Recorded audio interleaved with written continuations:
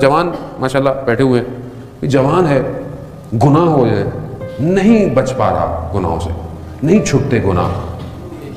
بھائی انسان ہے نا، خوب دنیا بھی ایسی پرآشوب ہو گئی ہے، گناہ بھی سستا ہو گیا ہے، ہر چیز آسانی ہے نا آج کے. اب یہ کس سے کہے؟ کسی سے نہیں کہو، خدا کی بارگاہ میں جاؤ. پروردگار تو جانتا ہے میری کمزوریاں کیا ہیں، تو جانتا ہے میں کس چیز کے پیچھے بھاگ رہا ہوں. پروردگار تو خالق ہے، تو چاہے تو سب کر سکتا ہے. بھائی یہ جو ہارڈ ویئر ہے اندر اور اس کے اندر سافٹ ویئر ہے، ہارڈ ویئر اس کے اندر سافٹ ویئر. ہارڈ ویئر سب کے پاس ہے، سافٹ ویئر میں ہی سب کے فرق ہوتا ہے نا. مطلب ایک آدمی گناہ کو دیکھ کر چھوڑ دیتا ہے، گناہ دیکھتا ہے چھوڑ دیتا ہے، ایک گناہ دیکھتے ہی گر جاتا ہے. مسئلہ کس کا ہوتا ہے؟ ہارڈ ویئر کا ہے، سافٹ ویئر کا پرابلم ہے. سافٹ ویئر کمزور ہے، یا یوں کہہ لیں کہ اس کے اندر بگز آئے ہوئے ہیں آج کل کی جوانوں کی زبان میں، اور اس بگز کی وجہ سے وائرس بہت جلدی آ جاتا ہے. تو اب کیسے صحیح ہوگا؟ یہ کون صحیح کرے گا؟ آپ اس کی بارگاہ میں آنسو بہائیں، وہ آپ کا سافٹ ویئر اپڈیٹ کر دے گا. بھائی اولیاء خدا گناہ کیوں نہیں کرتے تھے؟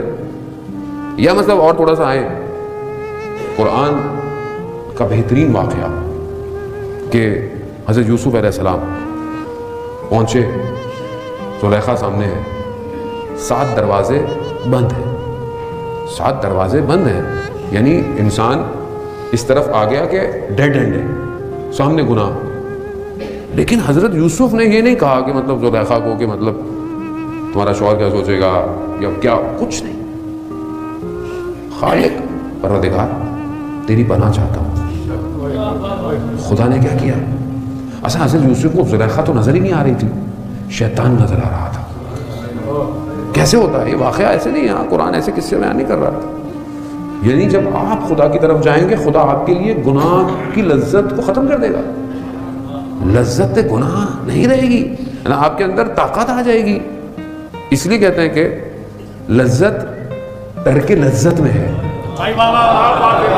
اصل لذت ترک لذت میں. خوب کر کے تو دیکھو ایک دفعہ، پھر جو مزہ آئے گا خدا کی بارگاہ. پروردگار سب کچھ تھا مگر میں نے تیری وجہ سے. رجب علی خیاط گھر میں گناہ موجود ہے، کوئی نہیں ہے، کہا دروازہ بند کر کے آتا ہوں. دروازہ بند کرنے کی وجہ کیا کیا؟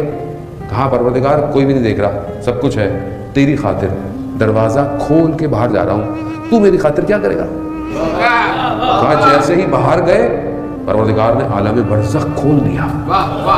یعنی ترک لذت اس مقام پہ آدمی پہنچ جاتا ہے کہ کائنات اپنے دروازے کھول دیتی ہے بندے کے لیے کہ اے بندے، میں نے ان ساری چیزوں کو تیرے لیے بنایا ہے مگر تجھے میں نے اپنے لیے